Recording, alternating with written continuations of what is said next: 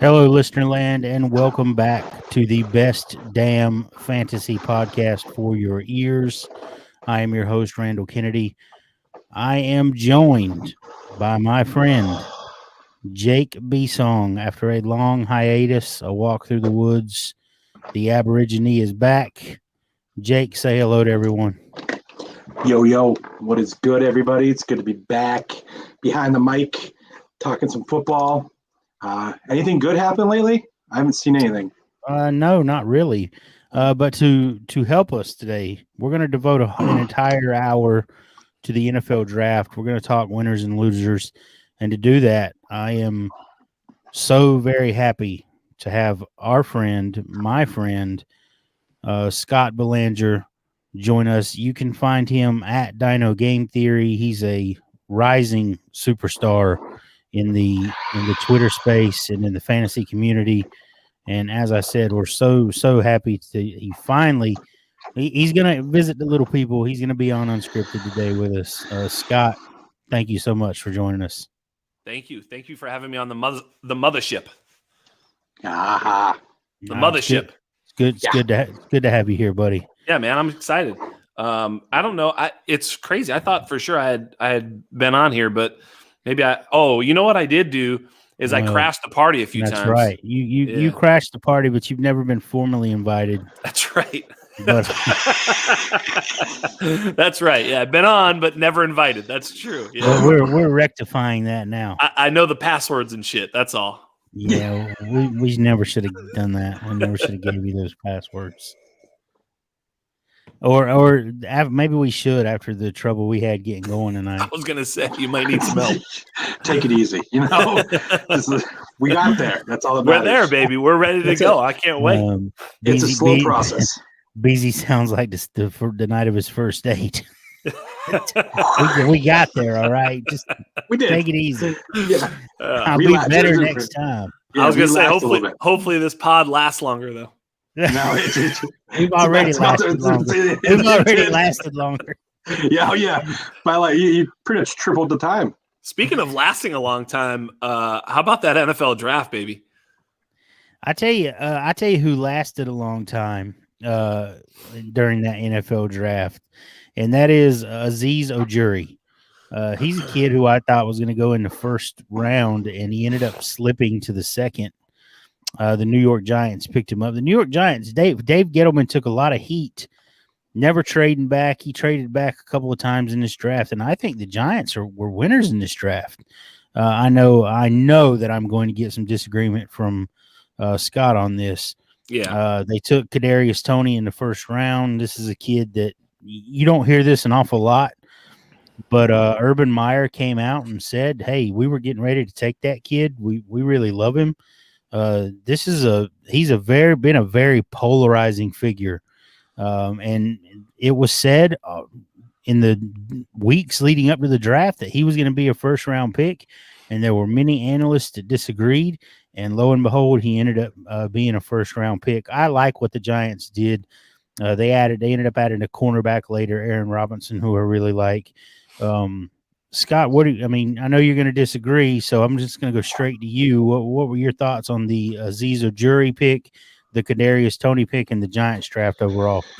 Well, Ojulari, or however you say his name, I like that prospect. I think he's a good player, and to get him at pick 50 in the second round was great. I thought the process of trading back twice by Dave Gettleman was outstanding and surprising.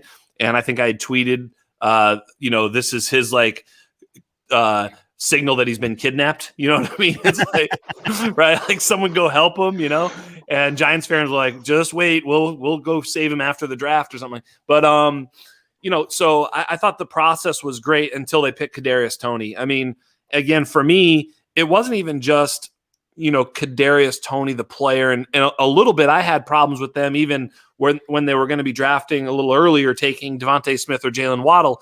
And it's partly not the player, but the position. I felt like they really needed to, and I think all these teams should be shoring up their offensive line. And until there's no good or great offensive lineman in the draft, you really should be considering them with almost every pick. When we did our mock draft, our NFL mock draft, I was leaning offensive line almost every pick, because without that, you're gonna have a hard time. I mean, once you have your quarterback, then build the line around him. Not to name drop, but I had JJ Zacharyson on the pod today, and it was a lot of fun. And he's so smart. And we were talking about Kadarius Toney, and he kind of picked my brain a little bit. And I felt like I came around to what my take is with Kadarius Toney. And Kadarius Toney is a great football player, right? He's a great football player. Played quarterback. He was all-purpose player, running back, wide receiver. He's elusive. He's quick. He's athletic. He's a great football player. My question to you is he a great wide receiver, right? And I don't think anybody can say with any sort of evidence that he's a great wide receiver worthy of a first-round pick. And if you're going to take just a sort of a jackknife, whatever, Swiss Army knife, football player in the first round, tell me when that's worked out. So that was my feeling on the pick. I felt like he wasn't a first-round talent on that basis alone. But other than that, I can't kill the Giants too much. Although, again, I didn't like that pick at all. Beezy, I'm going to go to you here. What were your thoughts on Toney and the Giants draft in general? I mean, Jack's nailed the Toney prospect right there. I mean, you can't even say anything better than that. Love the second-round pick. Aziz, kid is a nasty linebacker. He's got injury concerns, man. That's what dropped him. So I think he could be absolutely a dominant linebacker in the league if he can stay healthy. And other than that, they did all right. I mean, it's nothing crazy, but the Toney pick, it didn't make any sense to me. There was quite a few teams that picked in the first round that it just didn't make sense. It was just kind of felt like teams were reaching, and there was definitely they definitely needed more pieces.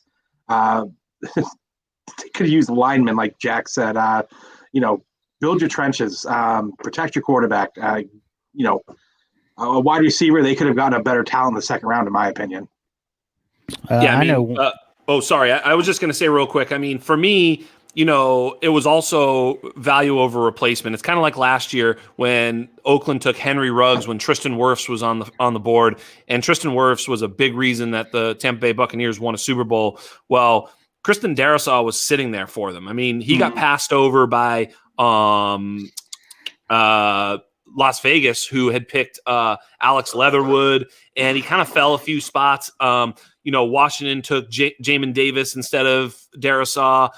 It just kept falling. I mean, Indianapolis, I thought, should have taken Darrisaw, and they took Kwity Paye, which I didn't like that pick so much either. Tennessee chose to address cornerback. So it just kept falling. And, the Giants had him right there. I mean, he was right there at 20 for them, and they could have just shored up their offensive line. And you can get a guy like Kadarius Toney later. And maybe if they would have taken Darrisaw and Urban Meyer would have taken Kadarius Toney, my James Robinson take might not have fit so well. But sure enough, I was right on the money there too. So you mentioned someone, Jamin Davis. That's a kid who sort of like shot up the rankings. He had a fantastic senior season. He's going to play that. Ron Rivera has come out and said he's not going to play right up against the line of scrimmage. He's going to, play back a little bit in that 4-3 flex defense. And this is a player that sort of reminds me a little bit of Ron Rivera in the same position that he played back in the day. Some of you young fans aren't going to remember Ron Rivera played for the '85 Bears.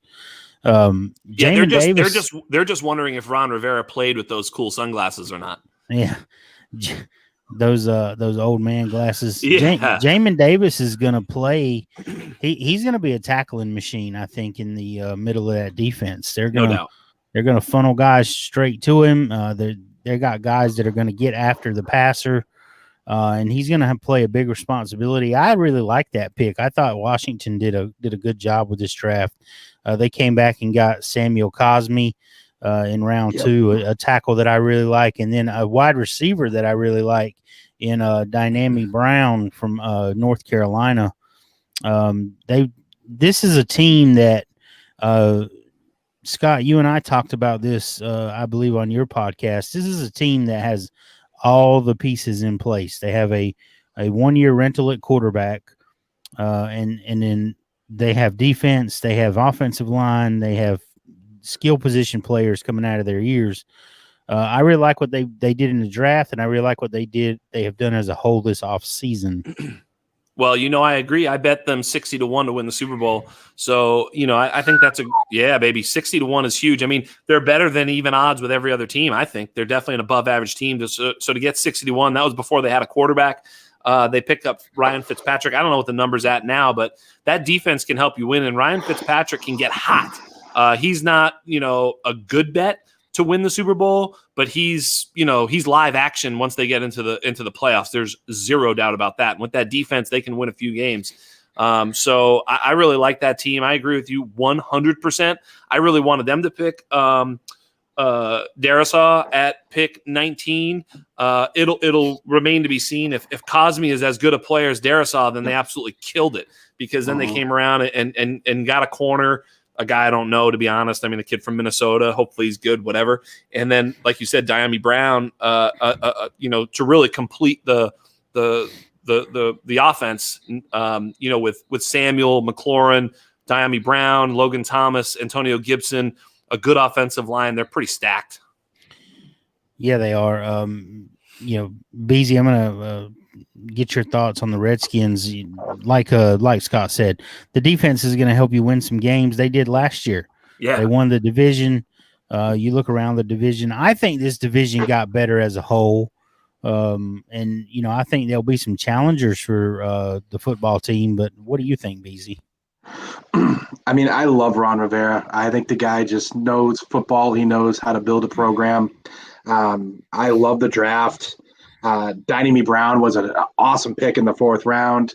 How he will be used remains to be seen with McLaurin and Samuel and I mean they just loaded up those positions. So I love Cosme. I think it was a great pick. Kid is a beast. Should easily translate over to the next level. I just think there's the 60-1. I mean, that's a smash right there. Take it all day. And Fitzpatrick is that guy, man. He's playing. He has nothing to lose. Like you know what I mean? He's at that point in his career now where he's just playing to fucking win. So, like, he is going to do whatever it takes to get them to where they need to go. Yeah, and that's what I love about this team. He's full DGAF mode, right? He just does not give a shit. Yes, he doesn't give a fuck. He will throw it into 3 defenders on McLaurin, and he will nab that thing right in there. You know what I mean? Like, no F's given, dude. And that's what I love. And with Ron Rivera as a coach, I think him and Fitzpatrick is just going to Washington's going to have a good team, and it's nice to see that they're actually starting to bounce back after so many years of disappointment. Well, and you saw sorry to interrupt there, Turn, but you saw Fitzpatrick last year when he got the starting role taken from him. Yeah. He still has a lot of heart and a lot of fight left in him. And I think that's what you're looking for. I mean, obviously talent will do, but once you have that talent, which he's got plenty of, you just want a guy out there that's going to fight for everything. And with that defense and those weapons, I don't know, man. They're better than 60-1 to win it. That's all I know. I don't think I've ever seen someone as upset about losing their job in the NFL as Fitzpatrick was last year. Yeah, man. The way he reacted to that, ultimately he ended up taking it with a lot of class. I felt for him personally. Me too. And then I really disagreed with the way. Listen, Brian Flores has done a hell of a job since he's been in Miami, and the people that are running that ship now are really, I think they're doing an excellent job as far as the front office goes and loading up on picks. I really disagreed with the way they handled that quarterback situation, yanking those guys in, on and off the field. That's a whole nother topic of conversation. Scott, you have mentioned Christian Darisaw a couple of times. Yeah. I thought the Vikings to trade back and then end up getting Darisaw, whom they probably would have selected had they not traded back and then picked up a few extra picks. I think that was a hell of a move. They got their starting left tackle, with the departed Riley Reif. And then they came back and they got guys like Chaz Surratt and I don't know what to make of the Kellen Mond pick. The jury's still out there. I don't know why they felt like they needed a quarterback. But yeah, I know you're going to agree that the Darisaw pick was a fantastic one. Yeah, I mean, it's interesting, right? So when I think they were at like 14. Yeah, they were 14, and I thought that was the pick there. I was like, oh yeah, they should take Darisaw, and then they traded back. I'm like, it's going to be interesting to see because they got 2 third-round picks, right? So they get these 2 third-round picks, and it's like, well, if they don't end up with Darisaw, is it really going to be worth it? And now you look at it, they were able to trade back to 23, still get Darisaw, and then the 2 third-round picks that they took were Kellen Mond and Wyatt Davis. So they're sort of free rolling with Kellen Mond. It's like their plans are like, it's like just add Wyatt Davis and Kellen Mond to Darisaw and it's for free. And so they still were able, as you point out, get Chaz Surratt, who might be good. I mean, he's a hell of an athlete, played quarterback, and now he's playing linebacker. Like, he's a pretty instinctive player, had a pretty solid pro day. The other guy that I like is Patrick Jones at the edge. So they took all 4 of those guys in the 3rd round, Kellen Mond, Chaz Surratt, Wyatt Davis to match with Darisaw. This is arrow up for Dalvin Cook in that offense because, Dalvin was, finding open space with a relatively suspect offensive line. I liked Wyatt Davis going in too. So, I thought he was going to be a 1st-round pick. And then word was that he wasn't. He fell all the way to pick 86. Look, that's great value to me. Anything after that is kind of, 4th and 5th round picks. But they also pick up 2 other players that I really liked, which was Amir Smith-Marset. They grab him in the 5th round, early 5th round, a kid out of Iowa. Just a clean route runner and a guy that all the film community really liked. Underwhelming numbers because he played at Iowa. And then the guy that fell, Jalen Twyman, I think is how you say his name, the defensive tackle, slipped all the way to the 6th round. So I thought they just got great value all the way up and down. So yeah, they absolutely killed it. To me, they won the draft, in my opinion. I thought they had the best draft. And I think that they're a very good pick to win the NFC North, especially with questions around Aaron Rodgers. So just speaking to the draft itself, if you're going to take a free guy, I think, and you feel like your team is in position to contend for your division, I'm never going to say, well, the quarterback was free. Well, you could have had a player that can help you. I don't disagree with that. And Kellen Mond is not going to help you, and he may not ever help you. I mean, he's a project, right? Mm-hmm. BZ, how do you feel about that? And do you really feel like that the Vikings can contend in the North this year? Because last year their defense was a sieve. Again, a lot of this is going to ride on Kirk Cousins and how he plays as well. I mean, you saw games last year where he looked good. You saw games last year where he looked god awful. Dalvin's going to Dalvin. He's going to probably be a top 3 running back in the league. Kellen Mond is interesting. I mean, as a prospect, if you're in a Superflex Dynasty league and you can grab him at the end of the 3rd round, where I've been getting him in a few leagues, I'm all right with it. Just pop him in and see what happens. They do need to look at the future for quarterback, but great draft.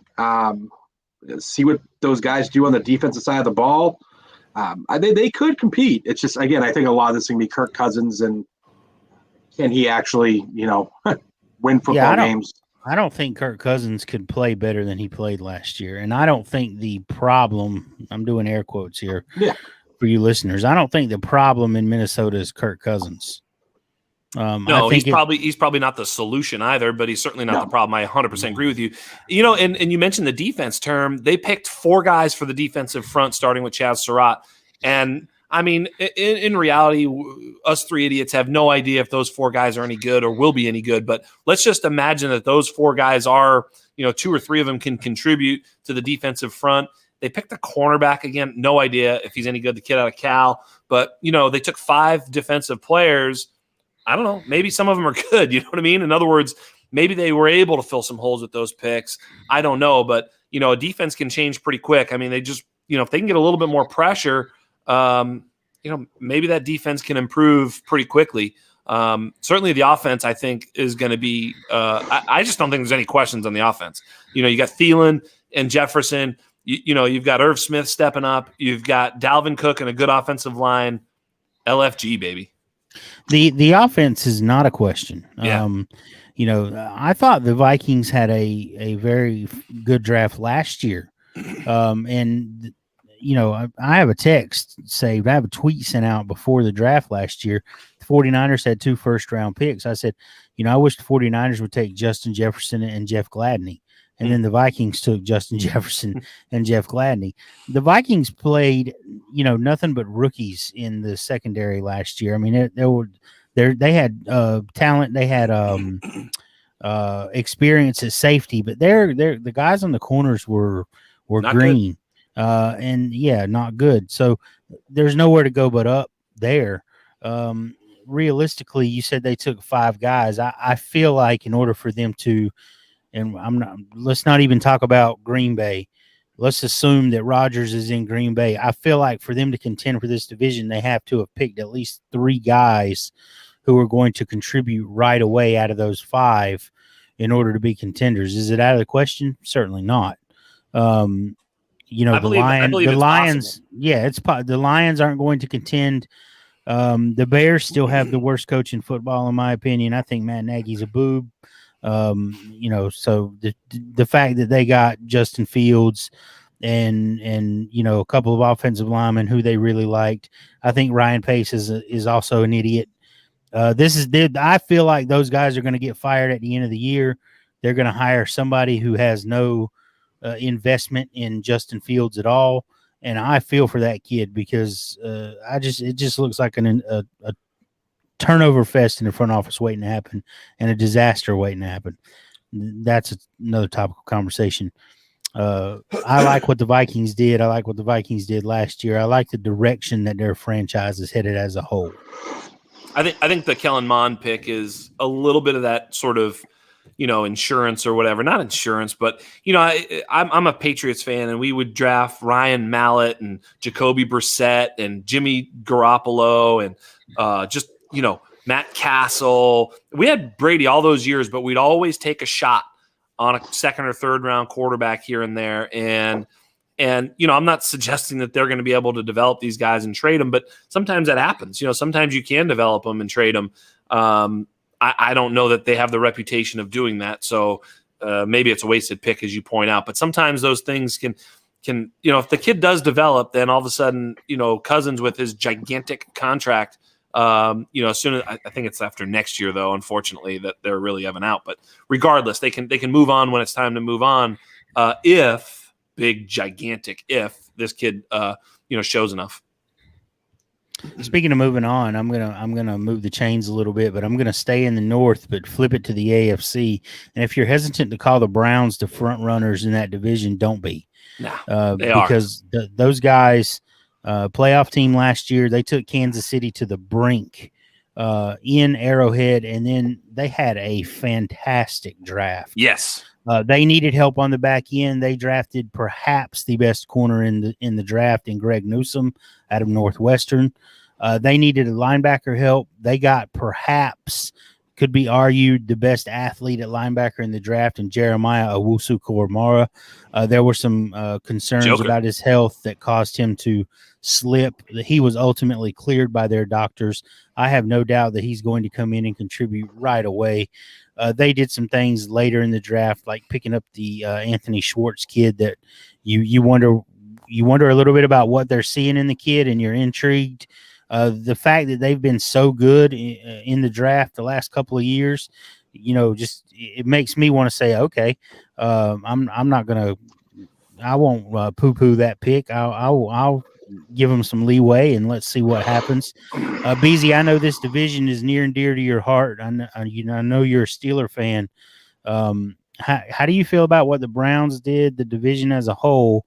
I know how you feel about that Najee Harris pick of the Steelers, but I feel like the Browns were definitely winners in this draft. Yeah, I mean, fuck the Browns, but they had a good draft. I mean, you can't shit on a team for having a good draft, dude. I mean, they addressed the issues that they needed on the defense. Shorts could be interesting. It's a team that's on the rise. And, they made the playoffs for the first time in like 30 years last year, so good for them. High fives. What they do this year will remain to be unseen. Will it all click for them? Will they get all those egos in check? And I don't know. It's the Browns are the Browns. Good draft, but fuck them. That's all I got. That's top-notch analysis here on freaking Unscripted. Yeah, top notch, baby. Hashtag analysis. Scott. Oh man, Scott, hit me with it, man. Well, from our mock draft that you and I both loved Greg Newsome. Like, Yep. I thought J.C. Horn was kind of head and shoulders the number one corner in the draft. I did too, for what it was worth. But yeah, I thought that there were some people who thought Newsome was the best.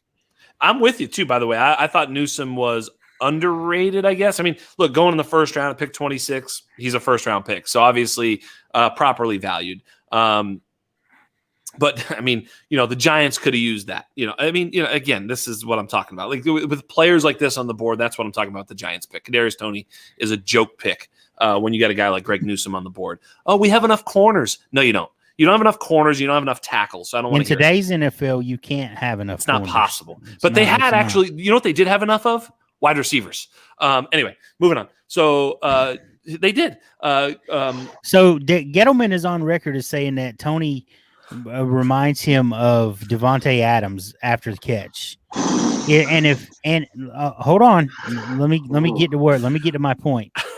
If you feel like this player can be Devontae Adams after the catch, and your goal is to vet your quarterback and find out, if this is the guy, you want to surround him with as much talent as possible, right or wrong. If you use the words Kadarius Toney and Devontae Adams in the same sentence, you should be fired as a general manager in the NFL. How's that?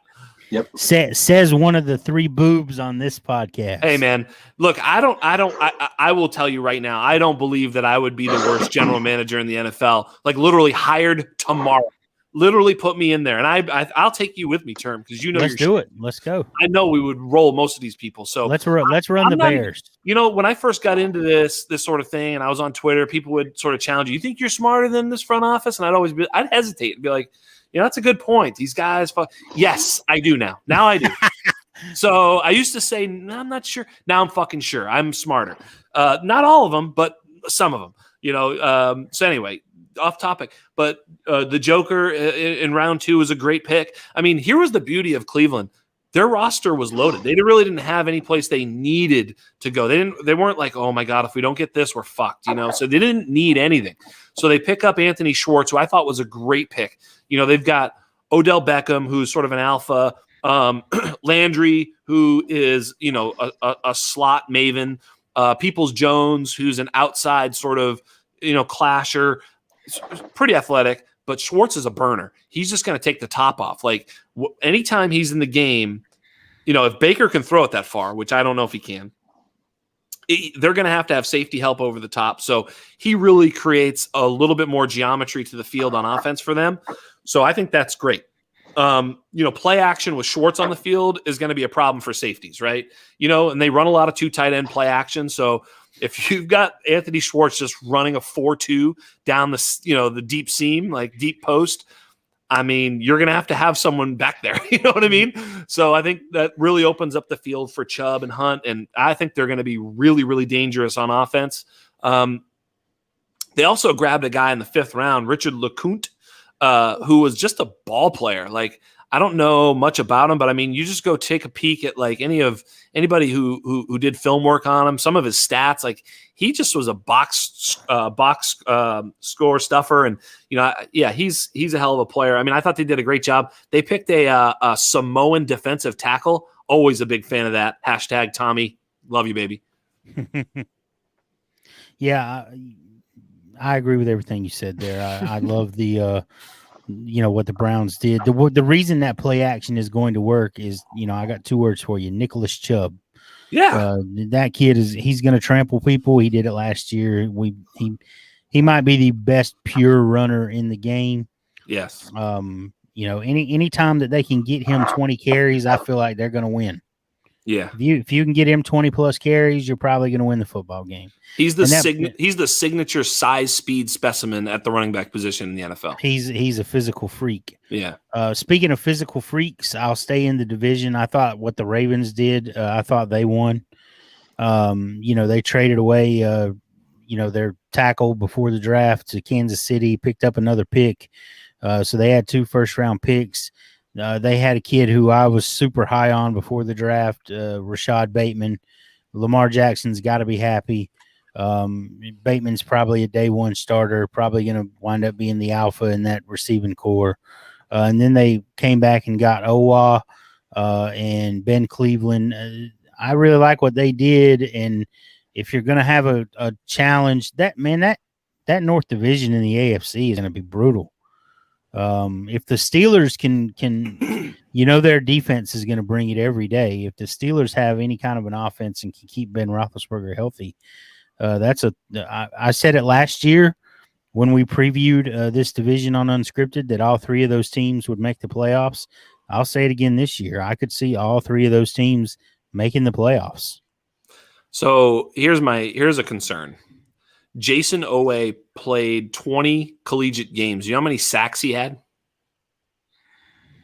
3.5. Yeah, it's 7 total. He had 0 this past year. So in his big, I'm the man, I want to get drafted in the first round year, he had 0 sacks. I don't know, man. Good football players make good football plays. I know he's an athletic freak. I didn't love that pick. I'll just be honest with you. I just didn't. I don't know. Maybe I'm wrong, right? I don't know. I'm not an expert, but a first round pick who's an edge player who had 0 sacks. I don't know. I would liken that to you've got a fantastic corner like Deion Sanders. How many picks did he ever have in a year?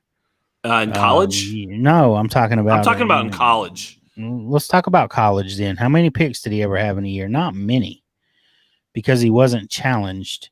So when you watch this kid play, I mean, they're devoting so much attention to him that you almost want to give like a hockey assist on some of these sacks that his teammates were getting. I mean, Deion Sanders had 4, 4, and 5. He had 14 career. That's a lot. 4 picks in a year is not a lot. That's more than 0. It's more than 0. Hey, let me ask you a question. How many forced fumbles and fumble recoveries did Jason Owe have? I don't know, but I'll give you a hint. It's very close to 0. Okay. If the offense is running to the other side of you because they don't want any parts of you, it's going to be hard to get forced fumbles and fumble recoveries. I mean, yeah, that sounds like an excuse. I don't like him. I mean, look, maybe he's good, but you're having to make excuses for his production. I'm not making excuses. That's a fact. If they're not running the football at you, how can you tackle people? How can you can sack someone? You can, sure, but if they're doubling you on every single play, did they? I don't know. I think that's more of an oddity, a statistical oddity, than an indictment on his play. Again, I don't know. Maybe he had led the country in hurries. I'm just saying I didn't love that. So, it's kind of like, what was that kid? Was it Deion Jordan? Was that his name? That physical freak. Oh, the linebacker that got drafted, Miami Dolphins. Miami, yeah, yep. So he kind of reminds me of that, where he gets a lot of hype because it's that scouting player, right? It's the starting pitcher who's 18 years old, 6'6", can throw 98, but couldn't hit the mitt if it was 4 feet by 4 feet, right? Like, he's going to get drafted by the major league team and be like, teach him control, and it's like, just a raw product. He's just raw materials, and I'm not sure he's a great football player. I'm not sure he isn't, by the way. I'm not saying he isn't. I'm just saying. Sounds like you are. I'm saying it sounds like he isn't. We'll see if he is. I mean, His first sack will be his first sack, is all I'm saying. He'll have a party that night. His first sack as a pro will be his first sack. If he's lucky. Yeah. BZ, was there anyone else that stood out to you as a organization that won in the draft? I'll kind of say in the division. I've looked at a little bit more. I mean, Pittsburgh didn't have the best draft in my opinion, but I don't think they had a terrible draft. Kendrick Green in the third was a great pick for an offensive lineman. He can play guard or center. Kid plays with a nasty streak. He's probably one of the most athletic linemen in the draft. I think they got a great pick there. I mean, obviously Najee, he's going to bring some juice to the backfield. I would, again, I'm starting to warm up to it a little bit more for fantasy purposes than I am for the real life football pick, but I think he is going to bring something to that offense. I believe I saw something today. I can't remember who tweeted it out, but Pittsburgh running backs are seeing 23.8% of the target share. So, that should boost up Najee a good bit right there. And then I like I said, I think they addressed the offense in the first 4 rounds, the defense in the next 4 rounds. So I think they got some good picks. I do like, who the hell was that kid? Quincy Roche, the linebacker that they picked up, transfer from Temple to Miami, I believe. The kid was a baller at Temple. Didn't bring quite the same juice that he brought to Miami, but I think there's a lot of talent there. I think Pittsburgh knows edge rushers. They know how to get the best out of those linebackers. So he's an interesting pick for me for them. I like what they're doing going forward. So a pick that the Steelers made that I really like, and Kevin Colbert was on NFL radio today, and Kevin Colbert explained that they talk to they have a guy who analyzes compensatory selections, and he informed them that they were likely going to get compensatory selections at the end of the 3rd round next year and the end of the 4th for free agent, losing free agents and things like that.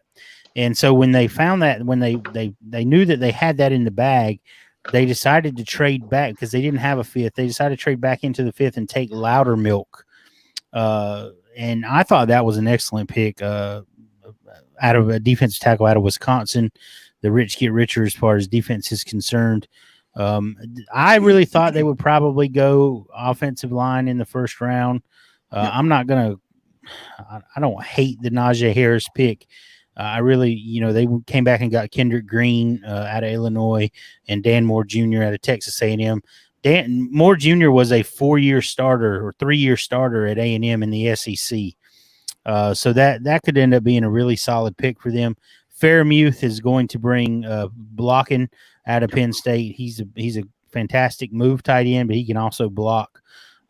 So they did address their needs along the offensive line, and now it's just about putting it together. Yep, I agree with you. If we had to look at another team, we'll stay in the AFC. I'm going to give I'm going to let Jack's pants rise a little bit here. Patriots, man. Belichick playing chess while everyone else is playing checkers, baby. You got to love watching the Patriots in the draft, man. I love what they did. I think they were able to rebuild up a little bit. That defense is going to come back, see what happens with Mac Jones. I think they could use some I was kind of surprised that they went for a running back in the 4th with Stevenson, but I don't know. That's just kind of seems to be their thing. And wide receiver, I'm surprised they didn't address. But other than that, they got some nice pieces. Yeah, I think they're certainly set up to play a rock fight again this year. And when everybody else is getting smaller and everybody's playing, a secondary player, nickel all the time, right? It's always nickel. Nickel is base. Well, they're going to come out with 2 tight ends and a bunch of big guys. Cam Newton, 265-pound running back, quarterback. 2 tight ends, the big backs, whether it be Ramondre or even Damian Harris is a downhill runner. They're just playing a different game. They also shored up their defensive front with Barmore and the kid from Oklahoma. I can't think of his name right now. But yeah, they did a great job there. Just to circle back to Pittsburgh, I don't know. I mean, if you're going to make the Najee Harris pick, I'm fine with it, actually. But if you're going to do that, you can't pick Pat Freiermuth. You gotta. Wasn't Eichenberg on the board at that point? Like, you got to take Probably. Eichenberg. I think so. And if he's not trade up, I think he went right around there. I can look, but I think he was there. And you just have to go. Offensive line. I don't know if this Kendrick Green is any good. I have no idea. But by the time you're picking Dan Moore in the 4th round, I don't know. You might be picking a starter, but everything I heard was Eichenberg was a put him in and start him. They need help at center. Oh, who else was there when they picked Freiermuth was Creed Humphrey. So and Kansas City came in and grabbed him. I mean, that's a much more impactful pick, I think, than Freiermuth. When look, I like Freiermuth, and I think he is an excellent blocker as Term points out. You aren't wrong about the analysis on the player. I just thought that the process of picking him was awful. If you're going to hit Najee in the first round, you really have to back it up with those 2 picks, in the second and third round with offensive line, especially because there was value there at pick 23 in the second round. So, that's just the way I felt. I also thought Carolina did a good job. If you're going to be married to Sam Darnold, which is a big question. Term, you and I are both Sam Darnold apologists. I don't even know if we're fans, but we're certainly been Sam Darnold apologists, citing the gaze factor, citing, I basically said, tell me what his advantage was in the NFL thus far. Like literally name one. His weapons? No. He was there. Yeah. I'm going to address your Steelers point for a second. Go for it. I wasn't saying I agreed with the selection, but it's kind of like if you have a franchise quarterback, you want to get a left tackle, you want to make sure he's upright, and if you're going to spend a first round pick on a running back, which, hey, I'm on record. If you're going to take a running back, if there's a game changing running back, take him at the end of the first round. It's not crazy. Then you control him for 5 years. You get that extra year of control. You have 2 potential tag years. You could potentially. You know what though? Hey, you know what? I agree with you. What you just said, this whole control thing. Nobody's ever done that. Nobody's ever done it. You can potentially control this player for his entire career.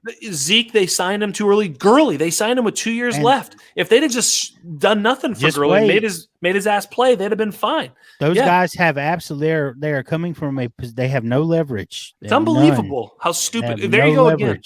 How dumb the NFL is. We're smart enough to know this, and they're not. I don't understand it.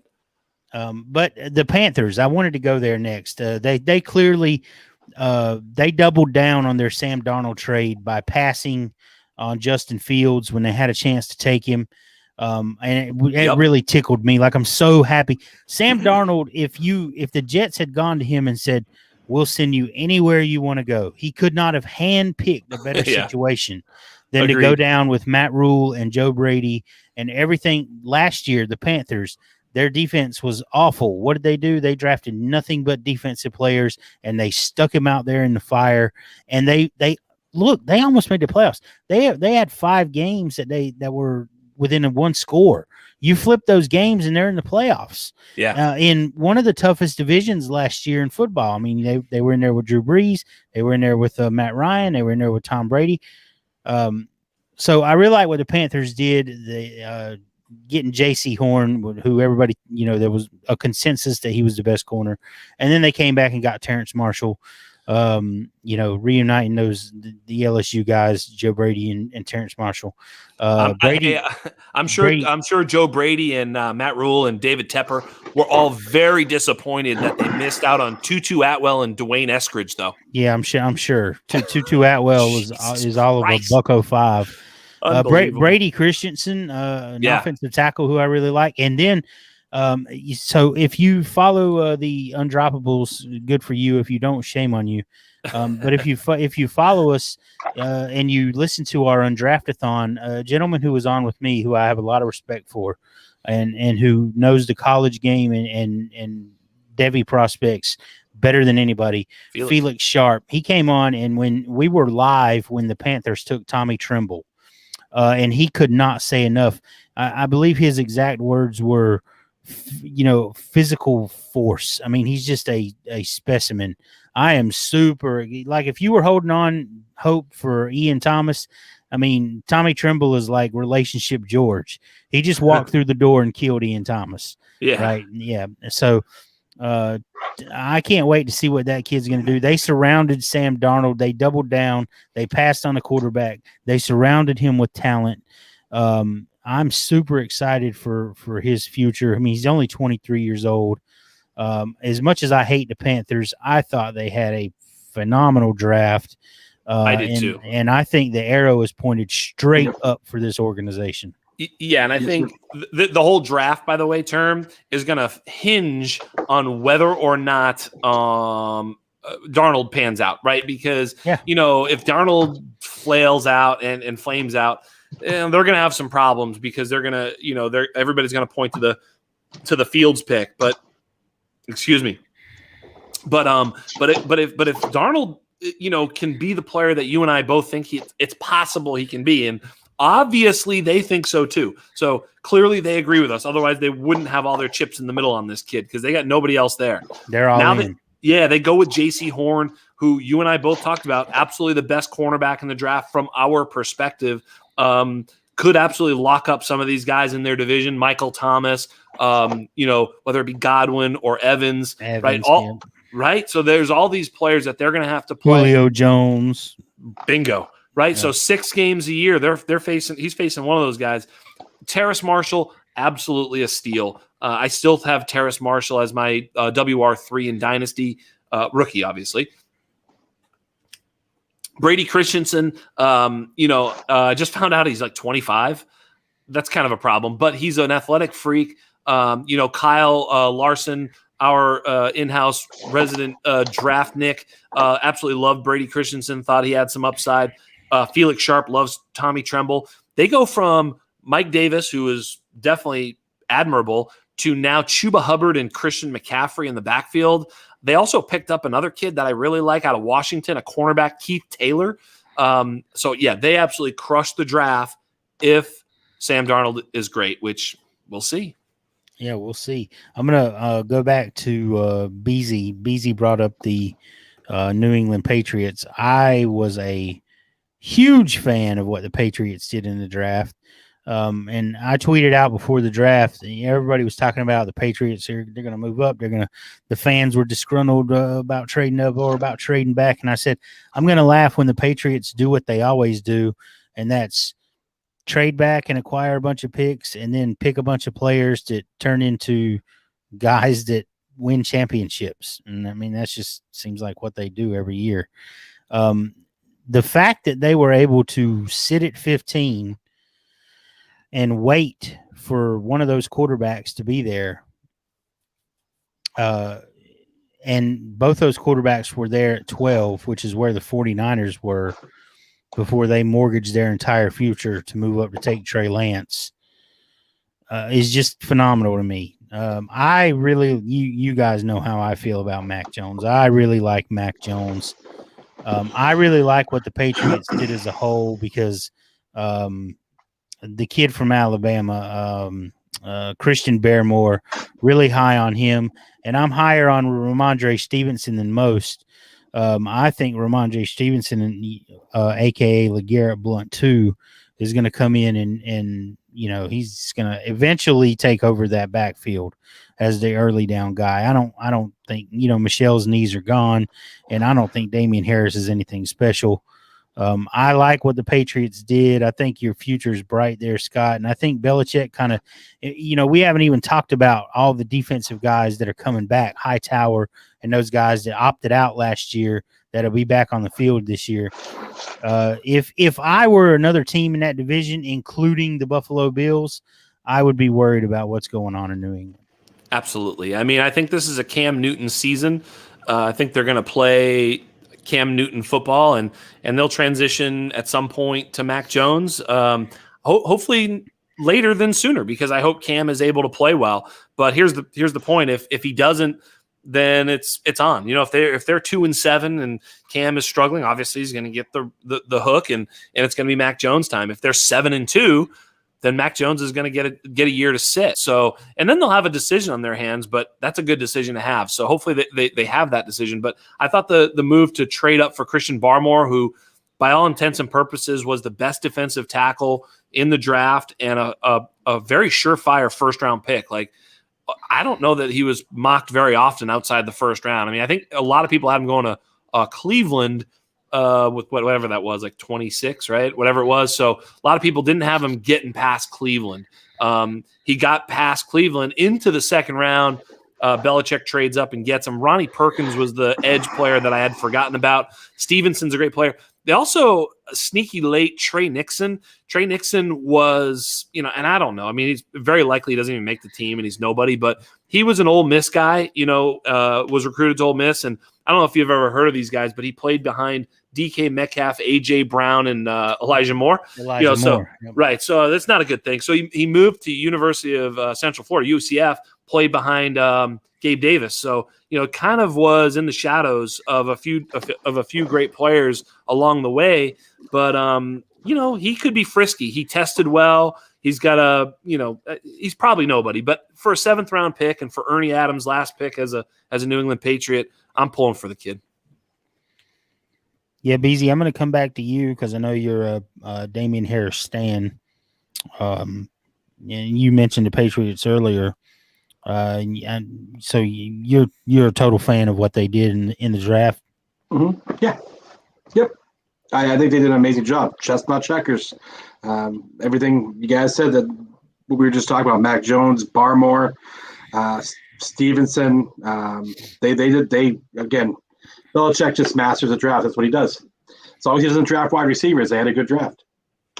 Yeah, I'm a little concerned as someone who is a fan of Mac Jones. I'm a little concerned that he probably had better wide receivers on his Pee-wee team. I know he had better wide receivers in college than the Patriots have on their roster. No doubt. They've got 2 great tight ends. Both of those tight ends, despite the fact that they're clearly talented, have some injury concerns, injury history in their past. So we'll see if they can stay on the field and contribute. I don't think Cam Newton has to play particularly well for them to win football games. I think they're going to try and put up 20 points, and they're going to hit people in the face on defense. And they're going to try and win 20-17 slugfests every week. If you like old school football, watch the Patriots this year. That's right. If you want to see 50 points, don't watch the Patriots. Well, they're zigging while everybody's zagging. Exactly. And it's kind of smart. I mean, they're going to be. They're going to play. It's not kind of smart. It's genius. Yeah. Yeah. I mean, I look, as a Patriots fan, I have a hard time getting too far out in front of it. I mean, there were years that, I don't know, like, it's just hard. But you're absolutely right. I mean, I love it. Hey, quick sequitur here. So I'm on the clock in a dynasty league, and I'm at pick. It's a 1 quarterback league, and I'm at like pick 2.04, and I've got either Rondale Moore, Michael Carter, and that's about it. It's a 1 quarterback league. Smash Rondale Moore, right? Yep. Wait, I'm waiting for term. I mean, I'm not a big Rondale Moore fan. I'm having a hard time with him. He's slipping. Who else is on the board? Look, nobody, because Elijah Moore, Trey Sermon, Terrace Marshall, Rashad Bateman, Devontae Smith, they're all gone. You know what I mean? It's a 1 quarterback league. Even Trey Lance and Trevor Lawrence are gone. So it's like, you got to look at. I'm not taking Amon-Ra ahead of him. I'm not. That's not happening. Michael Carter is possible. Obviously Kadarius Toney's thrown off a bridge. Is Nico Collins available? He is, but I'm not taking him there. I would trade the pick. As a matter of fact, I would take Nico Collins. I'm not taking Nico Collins ahead of Rondale Moore, but why not? He's a better player. Woo-wee! Shots fired. Who's got the sound effects? I wish I had one for that. Wow. Okay. I mean, you guys know how I feel about Nico, man. I like Nico, by the way. I loved Nico before loving Nico was cool. This is a kid who I saw, and I guess we're going to do some bonus coverage. This is a kid who I saw on tape and was clearly limited by scheme, clearly limited by quarterback play.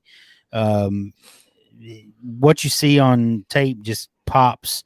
He wins at the catch point. He can get downfield in a hurry. He's big. He's physical.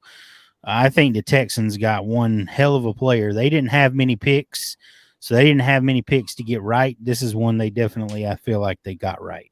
Yeah, I mean, the problem is he's playing for the stone worst organization and situation in the NFL. That's a problem. I agree with you. He's not playing for the Bears. Nah, stop it. Hey, look, that's not true. The Houston trash cans are way worse than the fucking Chicago Bears in terms of organizational structure. And I'm with you. The Bears are bad, but Houston is lock low. Listen, Houston's biggest problem is that they let Bill O'Brien just completely fuck them over. And they just let him do it. It was like watching someone in playing Madden on GM mode, and he could just trade whoever he wanted, wherever he wanted. That's my he had point. They got no roster. He had control of that organization for way too long, and they're going to pay for it for a few years. If Deshaun Watson is okay and he's going to be on the field, the Nico Collins pick is going to be a phenomenal one. I think Deshaun Watson has played his last game as a Houston Texan, and I think he plays 0 games in 2021. Yeah, I'm about feeling that with you, my man. I got some dynasty teams, some super flex teams. Yeah, you do. That have Deshaun Watson and Aaron Rodgers on them. Ooh.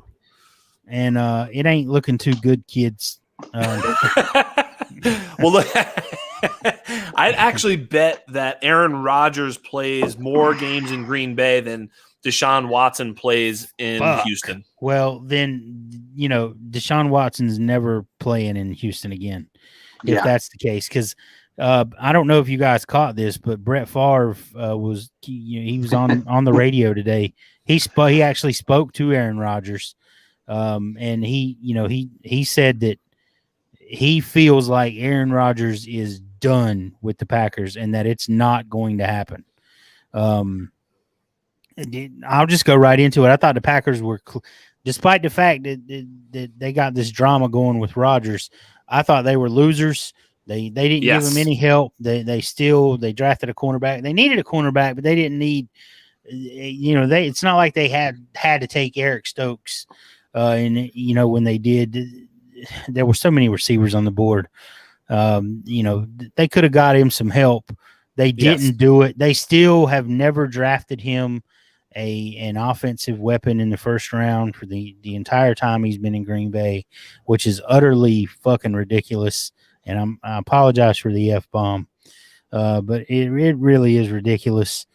Are we not allowed to fucking swear? Well, I mean, we should swear. Fucking swear, dude. I thought we could fucking swear. I didn't know that. I am so fucking sorry. Anyway, continue. Yeah. Okay. It's fucking shame. Sorry about that. I agree. This is why you haven't been invited. This shit right here. Hey, whoa, hey, shit. That's not a nice word. Holy shit. Right.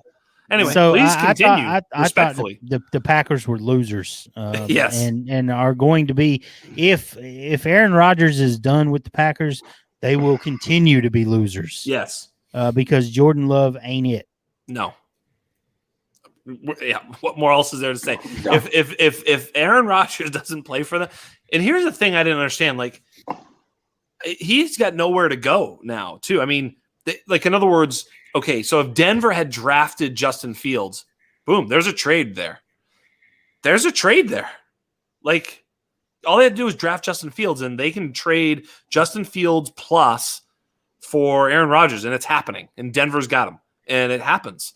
I saw that with so much rumor of Rodgers going to Denver, and then they pick Surtain, and they're like, maybe it's Rodgers. I'm like, that actually is not Rodgers, because if you're Green Bay, first of all, Green Bay probably fucked it up even worse too. Like, once you hear this news, you might want to call Denver and go, in case this goes sideways, what are you thinking about in trade? Right? Like, what does that hurt? Like, don't tell anybody we called. If you do, we'll never trade them to you. We'll trade them to somebody else. But if you shut your fucking mouth and tell me what you want, like, or what's going on, right? And then you're like, listen. If you pick Justin Fields, and this goes shitty, we'll trade Aaron Rodgers for Justin Fields, and we'll work out the rest. Like, right? Or am I crazy? So I'll go to Beezy here for just a second. This to me reeks of Gunnaker saying, well, mine is bigger than yours. This is purely this from the outside looking in. This purely looks like an ego thing. Both these guys have huge egos, and I've seen it said that Aaron Rodgers shouldn't be able to fire the general manager. Yes, he should. I'm of two opinions on that. Beezy, I'll go to you first and get your thoughts. Man,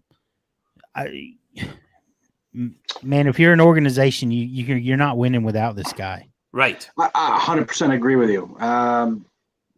It's just what they've done to Aaron Rodgers over the last 2 years, and what that guy has done with what he's had to work with over the past few years is amazing. I mean, he is It's true. one of the best He's probably the best quarterback in the league right now. I think it's absolute Patrick disrespect. Mahomes. I get you there. Sorry. Tom Brady. Oh, sorry. No, Brady, yeah. Brady, of course, but 44-year-old Brady, more rings than any age Eddie. Rodgers. More rings than all the other quarterbacks in the league combined. Right. That's crazy. Right. I think that's right. Drop. Yeah. Big stat drop.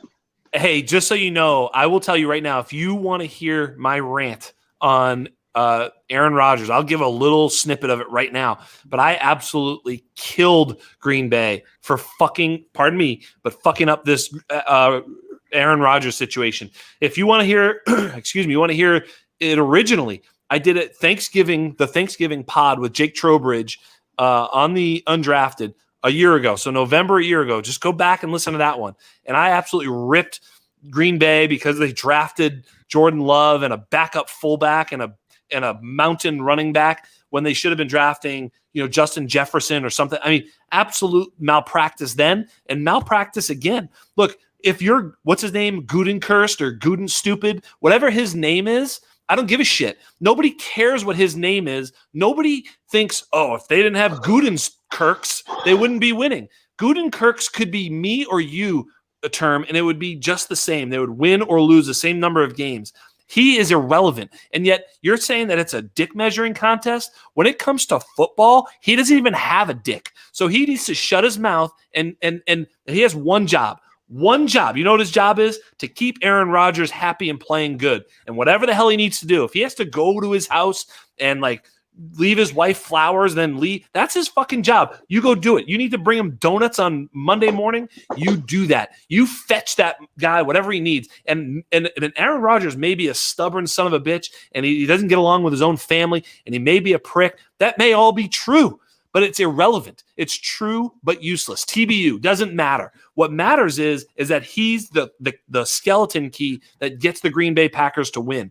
And so if the Green Bay Packers front office cares about winning, that's what they need to do. If all they care about is making money, then he can flash his short football dick and get rid of Aaron Rodgers and start the Jordan Love trash can situation, because that's what's going to happen.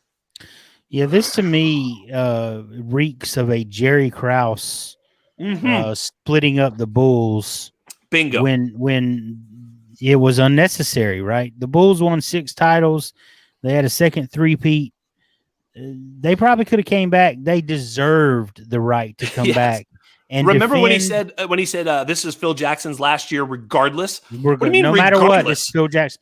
It's like no matter what, this is Phil Jackson's last year. And so if you have Michael fucking Jordan and Phil Jackson, and Michael Jordan says, "I'm not playing for anyone else but Phil Jackson," then if he your says job, Mickey Mouse, you bring in Mickey Mouse. Your job as a general manager is to do whatever you have to do to keep Phil Jackson the coach. To keep Michael Jordan playing in Chicago for as long as you can squeeze that last little ounce of basketball out of them until they're not winning championships anymore.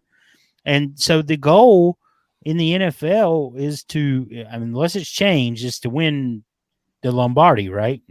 Okay. There are teams. Listen, there are teams right now who don't give a shit about winning. The Packers' easiest path to the Lombardi Trophy is through Aaron Rodgers, right? Their only path. I mean, really, right? It's through Aaron Rodgers. So you have to do whatever you have to do. I'm not a fan of players being given way too much control over things, but this is a case where ownership needs to step in and say, if the only way that we can get Aaron Rodgers back on the field in Green Bay is to fire the general manager. See you later. And I'm sorry, we're going to have to You fire suck the anyway. general manager. You suck anyway. You drafted Jordan Love, AJ Dillon, and a backup fullback in your last 3 picks last year. You suck. It doesn't even matter. It's not like, it's not like what's his name from Tampa Bay. Yeah, like it's Matt not. Light or whatever. It's not like they're firing Jason Licht, Jason or, Light, right? or someone who's good at their. It's not like Chris they're firing Ballard, John Lynch, right. or somebody who's good at what they do. And even then, they're firing someone who has clearly shown an ineptitude for the position. yeah. And part of being a general manager is massaging these egos, which again, that is your job. He has clearly shown an ineptitude for. That's right. He has his franchise quarterback threatening to retire rather than play for him. So clearly he's not doing something right. And I would bet Aaron Rodgers is not the only disgruntled Packer. I would agree. Aaron Rodgers is the only disgruntled Packer that we care about. That matters. That's right. That can move the needle. Bingo. Exactly. That's so right. that's why you're hearing about it. That's why Aaron Rodgers is at the Kentucky Derby, and instead of worrying about fucking Silver Charm over there in the fourth lane, we're talking to Aaron Rodgers in one of those ugly hats. Let's see if whatever his name, Gutenkirst, can get a gig doing Jeopardy. Nobody gives a shit. Like, nobody cares about this guy. No, I'm serious. Like, who makes more money? Aaron Rodgers makes 10 times more than you and 100 times more than you when it comes to, in the world of advertisement. Like, you are insignificant. You're a pencil pusher. And look, you are lucky to have that job. So you're not his boss. Like, you're not. You're in charge of figuring out how to run the organization, and the way to run the organization is to have a dope quarterback. There he is. Go kiss the ring. Speaking of Jeopardy, what is the Packers' future in? What? What is the Packers' future in? It's not in Jordan Love. It's in Jeopardy. Yeah, good one. I like that. Yeah. Nice job. But yeah, but I'm here all week, folks. Yeah. Here all week. Find me I on tell you, Twitter. after that. I mean, but you and I see it exactly the same. This is exactly correct. This is a dick measuring kind. It's not like, it's not like Jimmy G and Tom Brady. Even that was actually one of those power struggles that actually made sense because they're both players, and they're, some people in the organization thought, hey, maybe Jimmy G is the key to our future. So now we have a power struggle and a problem. That actually makes sense. But from some guy that nobody knows, that's never thrown a pass, that can't move the needle at all, who also sucks at drafting players and making personnel decisions, to have like any sort of a say and like to call out Aaron Rodgers is utter ridiculousness. Sorry. Yeah, and I know Beasy agrees with our take on this. I do, 100%. I've gotten, you guys nailed it. Easy. Should I be a little bit more emotional about this, or you can't follow up that kind of emotion with anything. Like it's just so stupid, But anyway, move the chains, baby. I love moving the chains. Let's go. Yeah, I want to talk about a couple of losers before we get out of here. Me and Beezy. Besides you two. Yeah. This is gonna surprise some people because I really like Trey Sermon, and I was live on air when they took Trey Sermon. Could not have been happier. Thought the 49ers were losers in this draft. Interesting. They traded 3 first-round picks and another third to move up and take Trey Lance, a kid who, I played catch with my nephew today after work and threw more passes than Trey Lance has thrown. Everyone thinks this kid is going to be great. I think they could have stayed at 12 and gotten a pretty good quarterback. Yep. That was evidenced by the fact that at 12, Justin Fields and Mac Jones were still available. We're both still there. And listen, we don't know what would have happened. Somebody may have traded up in front of them. Who knows? All I know is it looks like they could have stayed put, and it looks like they didn't read the tea leaves well enough to know that they could have stayed. And I'll pose this to you in the form of a dynasty trade. If you could have Justin Fields and 3 first-round picks or Trey Lance, which one would you rather have? I mean, in real football, I like even in real football. Yeah, in real football, I liked Justin Fields better than Trey Lance. One of the things that I talk about with elite quarterbacks, and look, quarterback is the hardest position to evaluate. We know that. It's real mercurial. It's hard to put any metrics to it. But there are a few signals, and certainly one of them is college attempts. Trey Lance had just over 300 total college attempts. Not good. Not good at all. And so, yeah, that's a problem. Everybody talks about, well, he played 17 games or whatever, but yeah, There's a reason. Look, hey, he didn't play as a freshman. I don't remember who the hell he was behind in 2018 at North Dakota State. I just don't. I'm not going to look it up, but he didn't really play as a freshman. He played as a sophomore and dominated. He was great.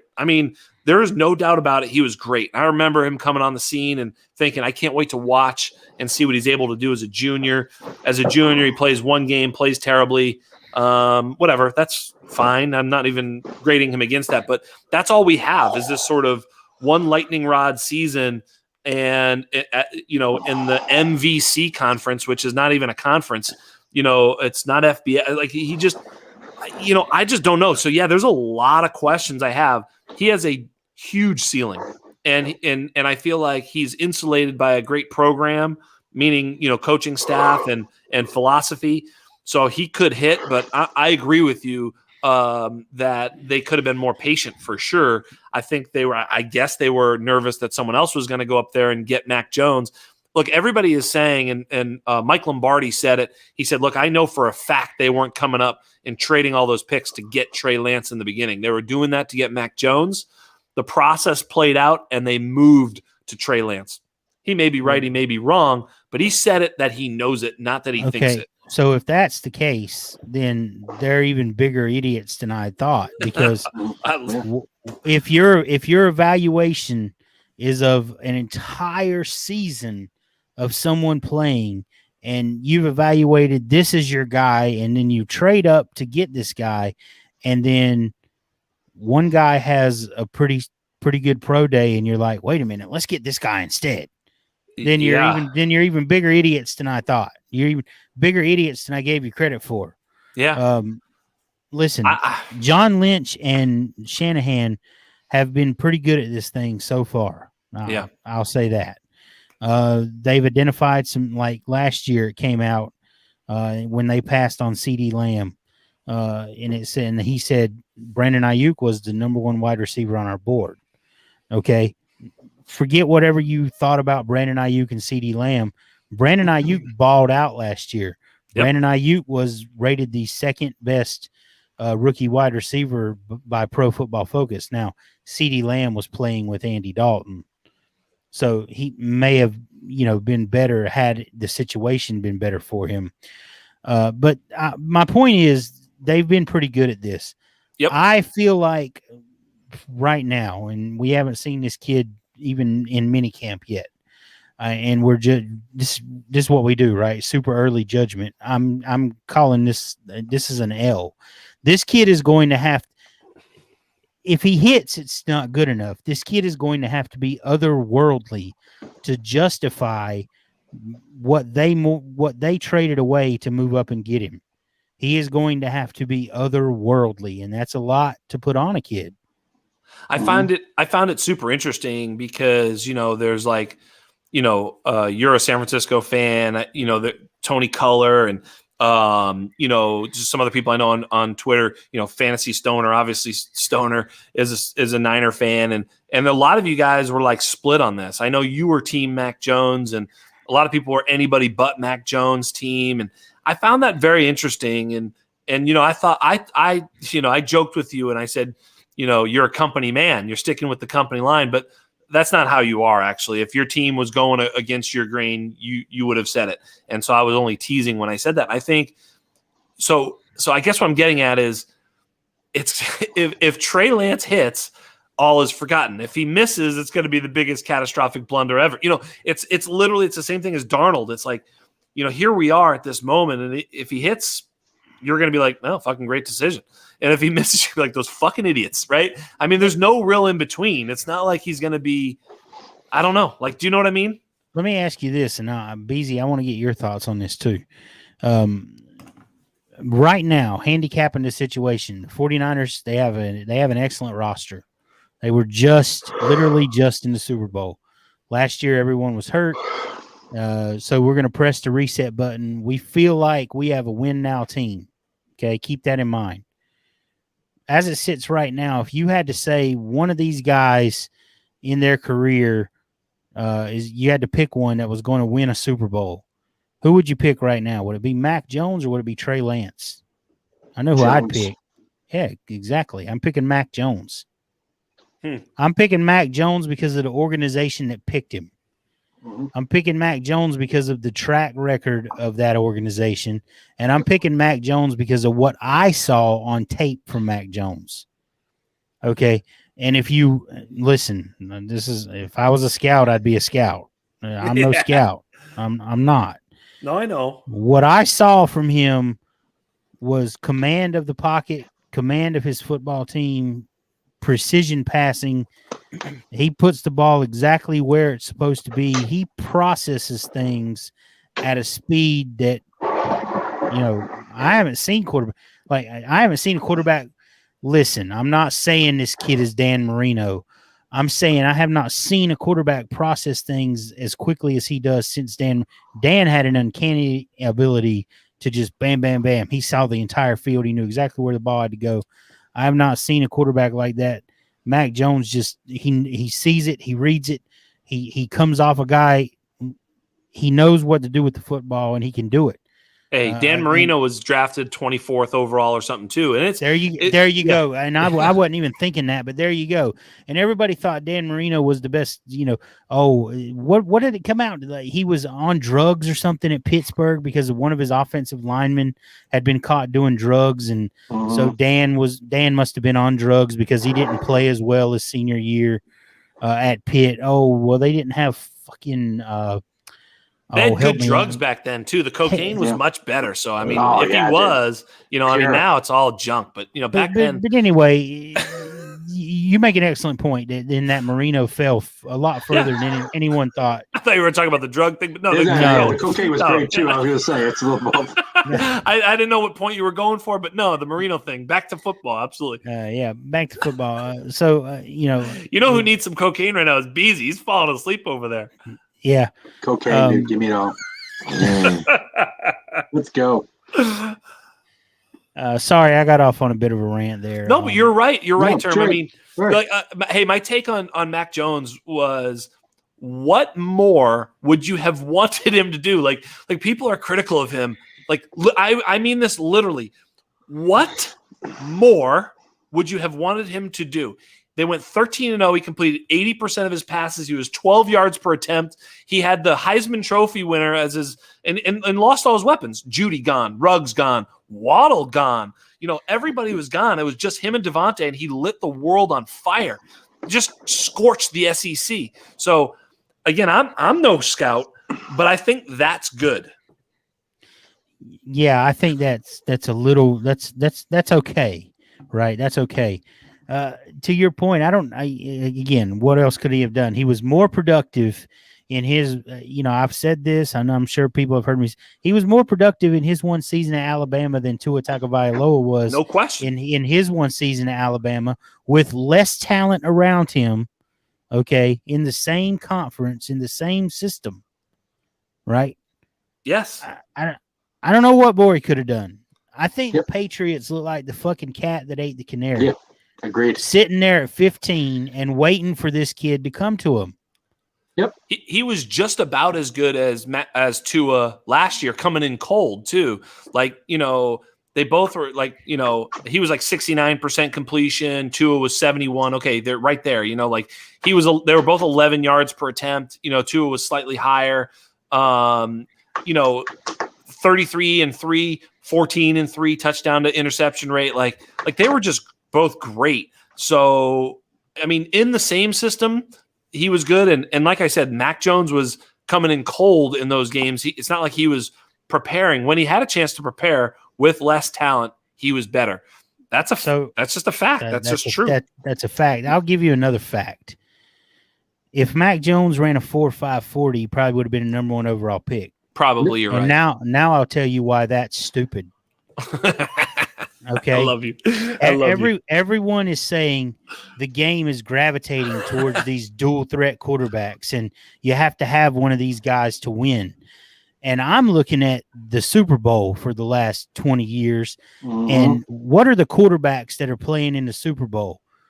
Tom Brady, Joe Flacco, Peyton Manning, fucking Eli Manning, Jimmy Nick Foles. Garoppolo, Eli Manning, Nicholas Foles. What do all those guys have in common? I do not care how fast. I'm not saying these guys can't win Super Bowls. I'm saying at the end of the day, you still have to beat people from the pocket with your brain. Yes, that is what a quarterback does. Yes, that you do. should be the number one thing you look for when you're evaluating a quarterback. Can he beat you from the pocket? Can he read the defense? Can he come off as number 1 receiver? Justin Fields, I think, threw 234 passes last year. I think 7 of them went to his second or tertiary receiver. Oh, you 7 mean passes. Did you say, Lance? You said Fields. I know I said Fields. Oh, sorry. 7 passes went to his second or tertiary read. All the rest went to his first read. You still have to be able to beat people from the pocket. I do not care, how big, strong, fast you are. I agree with still this. what matters the most in the NFL. Check it out, Term. I've said this before, right? So, and I said it today with JJ on the pod, and shameless plug. Go check out the Undrafted pod. It's fun. It's really long, as you can tell. I'm long-winded. Okay, but I said okay, so. This is so much fun, by the way. I love fucking chopping it up with Term. This is great. Beezy's fucking engineering in the back. He's going to start scratching the record back and forth. But listen, DJ Beezy, I think that's right. Okay, so if you're a quarterback, you have to win from the pocket. So players like Dak and Deshaun Watson and even Mahomes, players like that, they can make a secondary play, right? So the play breaks down. They read 1, they read 2, they get to the backside. There's pressure. They can escape. They can make a guy miss. They can get on the run, flee the pocket, and make a play down the field, right? Josh Allen, another guy who can do this, right? So a lot of these guys, it's a real valuable thing.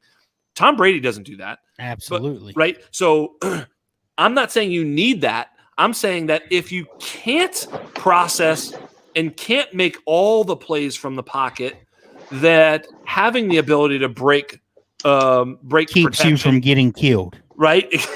And can make big plays. I mean, Deshaun Watson may have had the single best season we've ever seen from a quarterback last year. He was phenomenal. May have been the best season ever because the team was utter dog shit. They had absolutely nothing anywhere whatsoever at all. Literally nowhere around him was there an above average personnel grouping except for him. I think they were supposed to lose every game, in terms of Pythagorean wins. They were fucking terrible. And he somehow willed them to some wins and was perfect. His rating was high. He threw very few interceptions. And a lot of that was because he was able to break coverage, break protection, get to the edge and make a play. Now, Mac Jones won't be able to do that. So he won't be able to take, in Houston, he'd have been sitting duck, right? I mean, I'm not saying that, but on a good team, if he played for Tampa Bay, how much of a replication could he make of Tom Brady? I have no idea. But how much of a replication could Trey Lance? I think less than Mac Jones, right? So, yeah. You know what I mean? So I'm with you. There's value to it, but it's not the only thing. And I think it all starts with the pocket. And, these guys, whether it be, and that's why Trevor Lawrence is so intriguing because it looks like he has that sort of Peyton Manning gene where he can do it all from the pocket, but then he's really, really fast. And Fields too, for me, I like them both, but Mac Jones is going to have to win from the pocket, and he doesn't really, although he did run a 4.8, whatever, but he's going to have to win from the pocket. And that's just kind of his only out. That's all I would say. But I'm with you. He to your point, he ran more RPOs at Alabama last year than Lawrence did at Clemson. Right. Yeah, I'm not saying he's fleet of foot. He's not, but he can manipulate the pocket enough and move the pocket enough that he can make some of those. He's not going to take off and run for 20 yards or anything like that, but he can get outside of the tackle and pick up a first down if he has to. You mentioned he ran a 4.7 or 8 or whatever the hell it was. He's fast enough. That's plenty fast enough. Yeah. I mean, that's faster than Tom Brady. Yeah, for sure. I think the dad bod pictures were a problem. I think that, people's preconceived notions were a problem. I think the Devi community was a problem. I think the scouting industrial complex was a problem. Like, he just wasn't perceived as this sort of player. I don't know, man. Evan Silva talks about it all the time, and the cocoon, the NFL cocoon. And once they start to agree, it's like Zach Wilson was, I wouldn't have picked Zach Wilson number 2, and I don't know if I'm right or wrong. I have no idea, but just with whatever I see. Now, I know that they have access to more information. They have actually access to the players to be able to talk to them and to hear them, what they're all about. I mean, we might have made the Jamarcus Russell mistake by looking at only film and all that sort of nonsense. And if you talk to the kid, you'd probably been like, yeah, pass. But we don't get that opportunity. We really don't. So that part of it, I don't know. But all the Justin Fields stuff, was sort of debunked, wasn't it? I don't know. It's just very, very peculiar how everything works with these quarterbacks. And if we go back year over year, Justin Herbert, miss. Lamar Jackson, miss. Watson and Mahomes, miss. So the NFL actually sucks at this, okay? So, no, they do. So they're usually wrong. No, you're right. You're exactly right. Yeah, I was just agreeing with you. Yeah. Folks, I hate to do it. We got to call it. Yeah, we're up against it. It's close to midnight here on the East Coast. So we're gonna get on out of here. Jax, I've had so much. Man, I've had a phenomenal time. Yeah, me too. Tell the folks how they can get at you. Tell the folks how they can hear your fantastic podcast. Well, they got to go to the Undrafted. First of all, so today we had this podcast, which was fucking fire. I don't know. If you don't like this shit, you're not a football fan, because we just opened up and talked about a bunch of shit. So this was fun. I had JJ Zachariason on my pod today, and 2-on-1 Tommy Moe had Thor Nystrom and Tags on his podcast. So, I mean, we just had an amazing day of talking football. So what you really need to do is go to Spotify or iTunes, wherever you listen to pods, and just search the Undroppables, because then you'll be able to find the Undrafted, which is my pod, Unscripted, which is this pod, and the 2-on-1, which is Tommy's pod. And you don't really need all these other stupid ass pods of these idiots just talking nonsense all day. You're actually going to get some football content. So that's where you should be.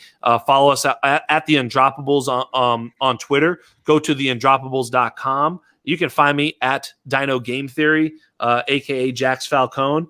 It's a fucking gangster name, of course. And that's where I'm at, man. So, and also don't forget our draft kit drops today.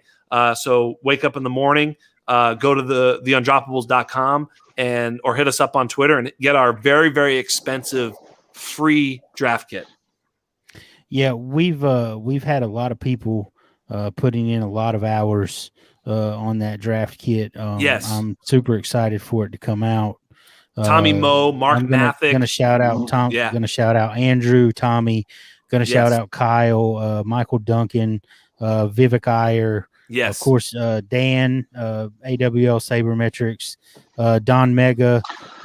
These are guys who, without the professor, these are guys who you don't see in front of the camera or Dukes, or hear. Justin Mandero, Chris Robinson. You don't see a lot of, but without these guys, the Undroppables the machine wouldn't turn. Beasy, phenomenal, Dukes. Just I dropped an article for the Broncos today. Adam Hutchinson, our doctor, and Dukes did phenomenal work on the. We have the best. I'm going to mention Mark. We have the best graphics team in the Twitter sphere, and it's not close, folks. No. I mean, it's not. You'll see in our draft guide what I'm talking about. Love everybody. You can find Beezy at the Beezy BFF. You can find me at FF_Terminator. We're going to get on out of here. Until next time, remember the best football discussions are unscripted, baby. Unscripted. Yeah.